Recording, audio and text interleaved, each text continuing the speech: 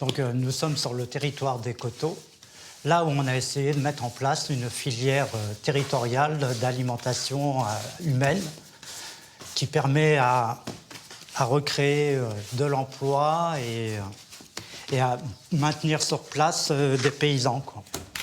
Je suis paysan boulanger depuis 25 ans avec ma compagne Nicole.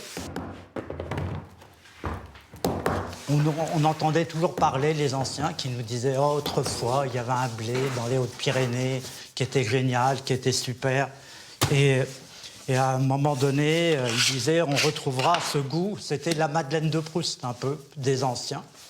Et on a fait des recherches, et un jour, sur le marché de Lannemezan, en demandant à des paysans et tout, il y en a un qui nous a dit « Oh, ben moi, je connais, moi, j'ai mon oncle. Il a encore ce blé, c'est le galère, le blé des Hautes-Pyrénées, quoi. » Dans les Hautes-Pyrénées, il l'appelait plus le galère, et arrivé dans le Gers, il l'appelait le saragnette.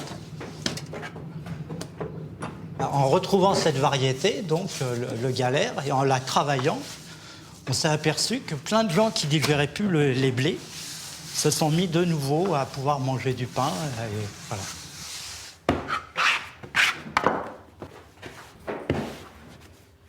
Alors quand on dit blé ancien, c'est les blés antérieurs à 1950. Dans les années 50, après la guerre, où on craignait la pénurie alimentaire, on a demandé aux paysans de produire beaucoup plus.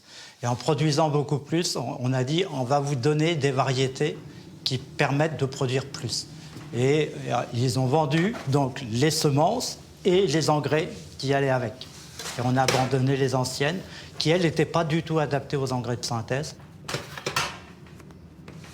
Et après, le pain, moi, l'idée qui m'est venue, le plus simple, c'était les pâtes.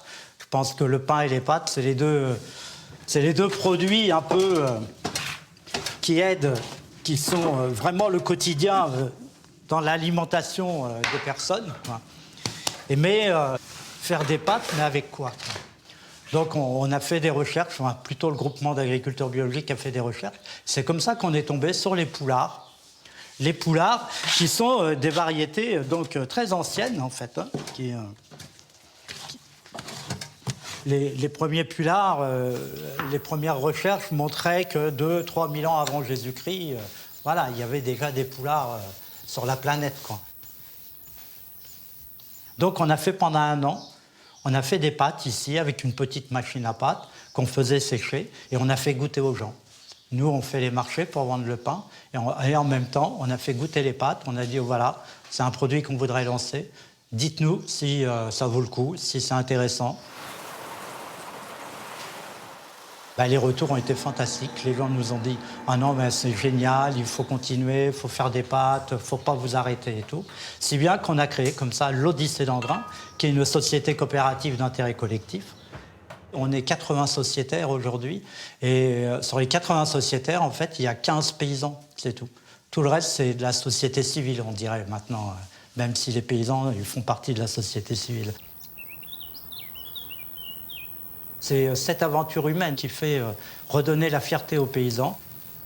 Et le rôle du paysan, au départ, c'est nourrir l'homme. Mais pas que le nourrir dans le corps, mais le nourrir aussi dans l'esprit, quoi.